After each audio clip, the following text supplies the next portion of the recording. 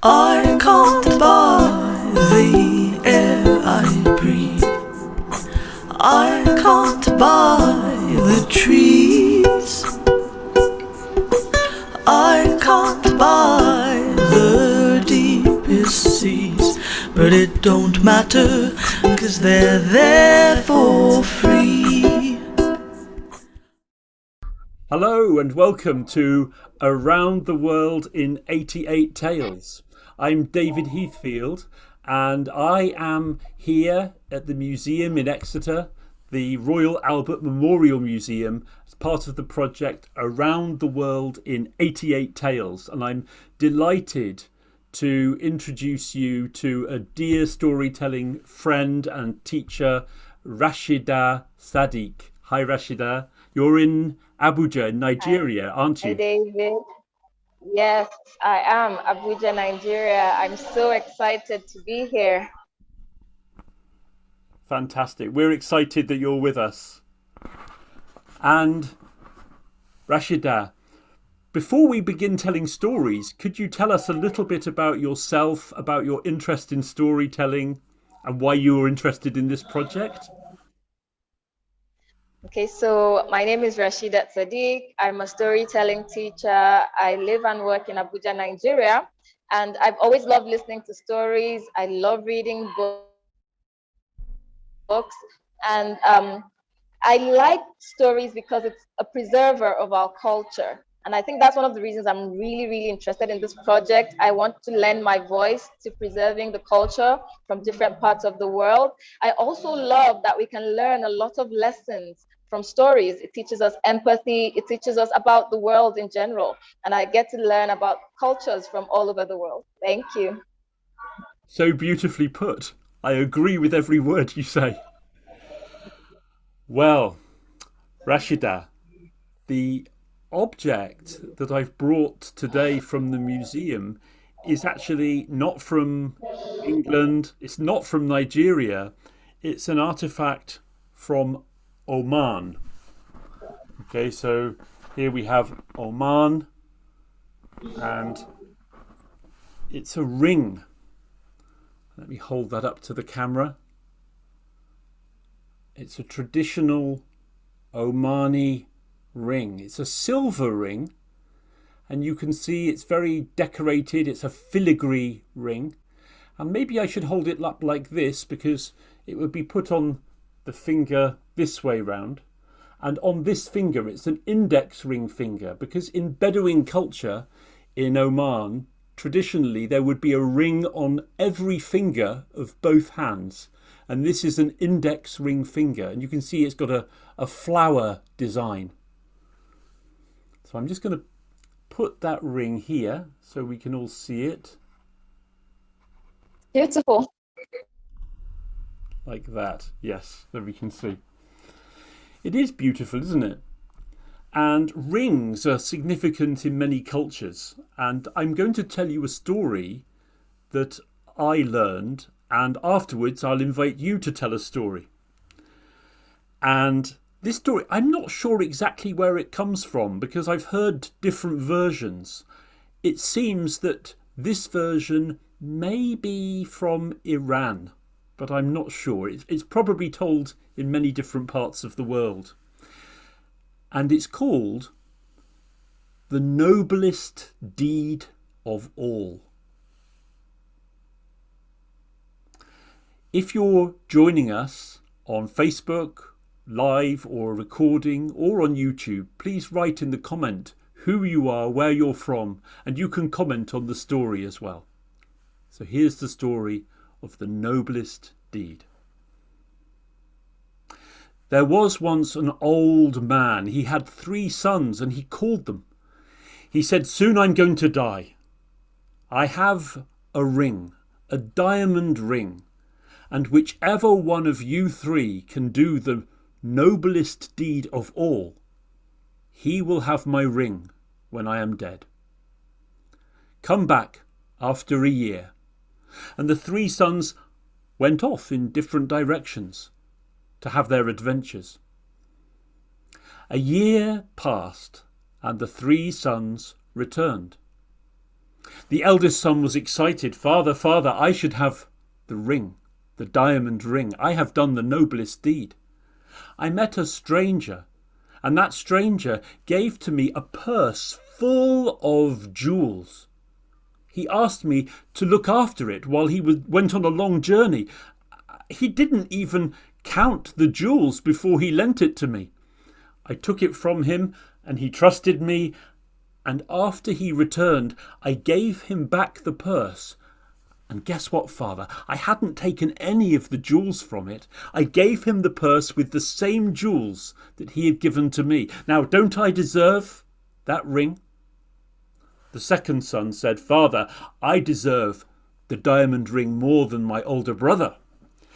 One day, I was walking beside a river in flood. I saw a small child washed into the river. The child was going to drown, but without any hesitation, I plunged into the water.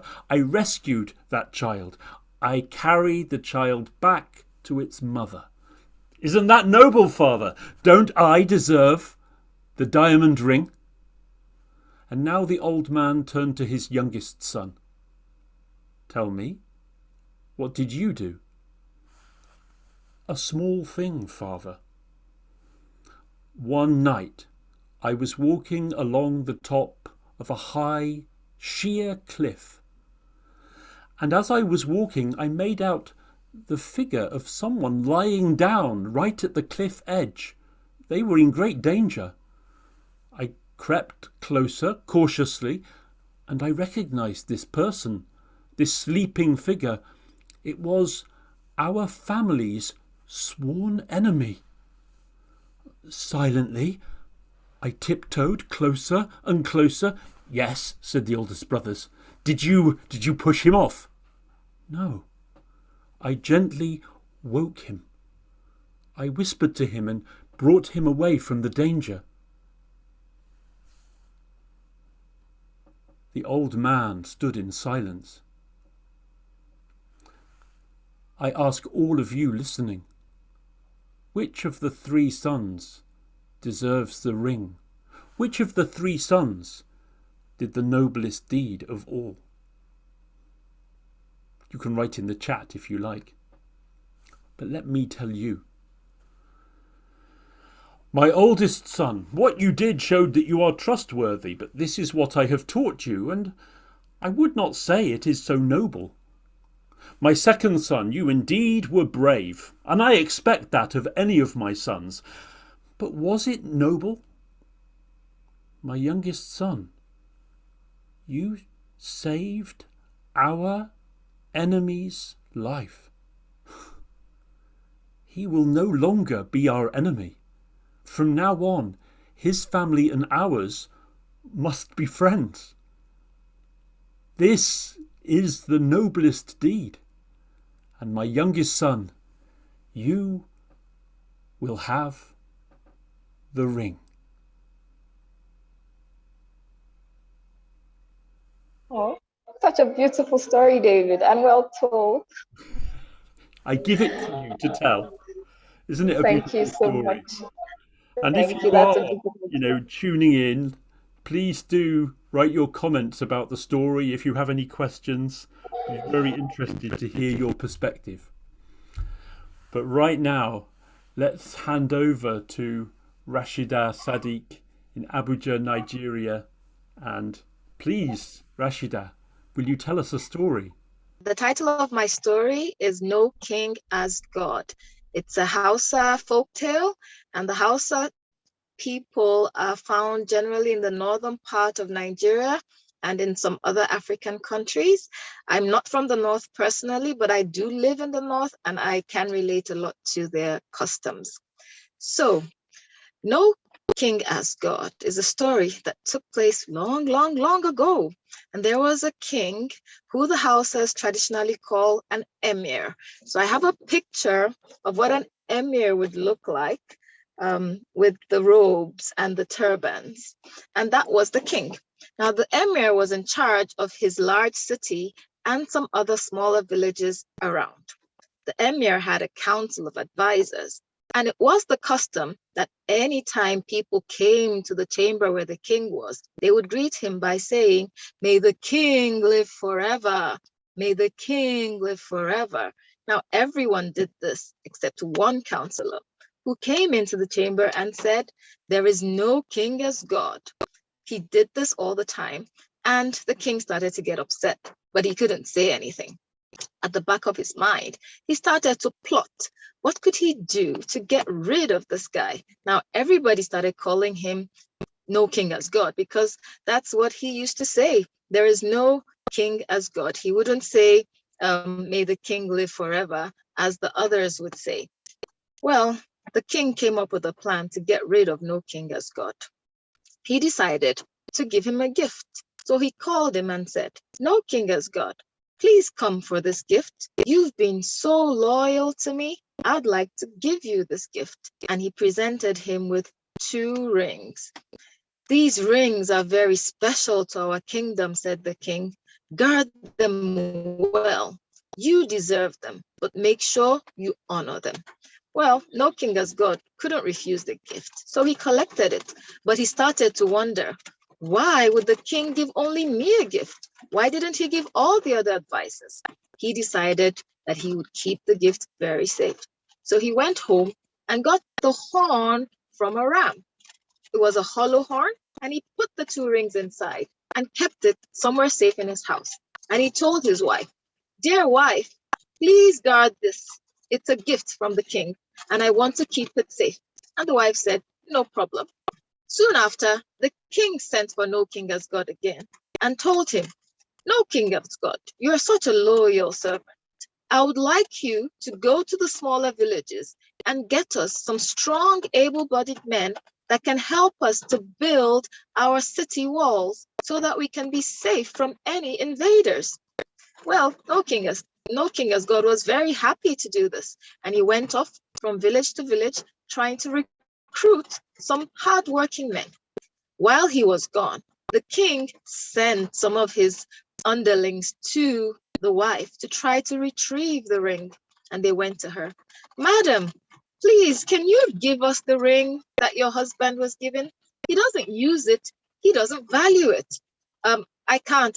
I'm sorry," she said, "but we'll pay you handsomely. We'll give you 1,000 cowries." Now, cowries were the currency they used back in the day. Cowries were also used to decorate. 1,000 cowries? No. My husband said I should keep it safe.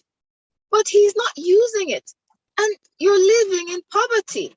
1,000 cowries would do you a lot of good. We can even give you some head wraps and some body wraps. And the woman thought, "Oh, that's true.